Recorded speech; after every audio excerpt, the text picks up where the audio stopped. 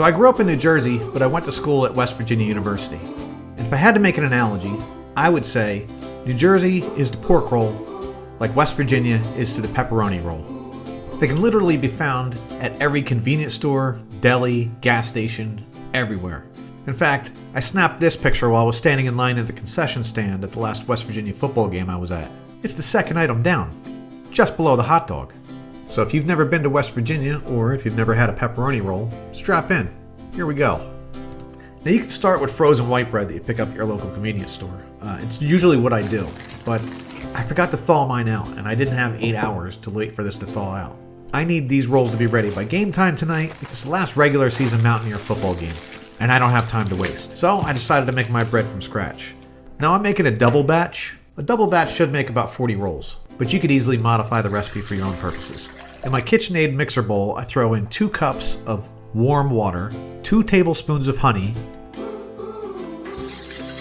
and 4.5 teaspoons of active dry yeast. After a good stir and waiting about 15 minutes, that yeast should be frothy and foamy. If it's not, your yeast is bad, throw it out, go get yourself some new yeast. To the activated yeast, I'm throwing in 9 cups of all-purpose flour. Then add 2.5 teaspoons of salt, 4 tablespoons of melted butter, 4 tablespoons of honey, 2/3 of a cup of water, optionally, half a teaspoon of distilled white vinegar. Then you're going to stir it up to combine it. Then I'll throw the bowl under my standing mixer, throw on the kneading hook, set it on the second level. Let that run for about 5 minutes. After about 5 minutes on the second level, the dough should form a ball and pull away from the sides of the bowl. If it sticks to the bowl, add a little bit more flour. If it seems too dry, add a little bit of water. At that point, I'll crank up the speed to about halfway and let it knead the dough for another 10 to 15 minutes. Now since this is a pretty big batch, I'm going to divide this into 2 separate bowls. But what you want to do is put a little olive oil in the bowl just to coat it so it doesn't stick. Then I put the dough into the bowls and cover it with saran wrap. Now I can leave these bowls sitting on the counter to rise for about an hour, but if you want to speed it up, heat up your oven to 170, then cut the heat so that it's nice and toasty warm in there, and then throw your bowls into the oven. Close the door, and in about 30 minutes, the dough should be doubled in size. While the dough was rising, I got everything else I needed. I got my sliced pepperoni, Monterey Jack cheese, pepper jack cheese, a little bit of flour, and my cookie sheets lined with foil. Now the actual making of the roll isn't rocket science. I punch down the dough a little bit, get rid of some of the air, throw just a little bit of flour on my work surface, and I use a pair of kitchen shears to snip off, I guess maybe a little less than a tennis ball size worth of dough.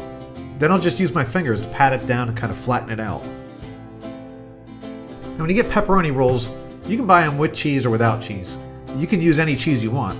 I personally like pepper jack. Some people don't like the spice, so I always mix in some Monterey Jack cheese instead. Mozzarella cheese sticks work really good here too. Or if you want to skip the cheese altogether and make the pepperoni the star, knock yourself out.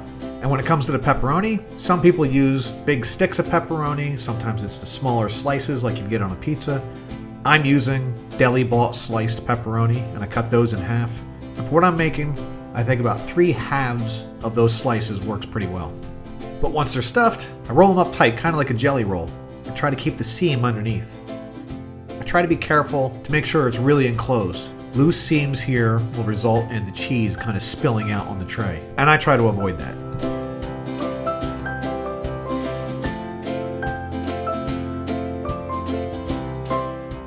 Once I got all the rolls stuffed, I give them a good wash of melted butter with a little bit of garlic salt mixed in. And then it's into the preheated oven at 425 for about 15 minutes. At this point, your house is going to smell amazing. After about 15 minutes, you take them out and let them cool. Now it's at this point that if I weren't going to get slammed with copyright infringements from YouTube, we would cue Country Roads.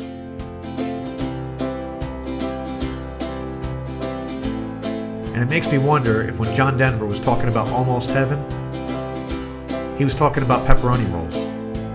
Because it really is. Until next time, let's go Mountaineers!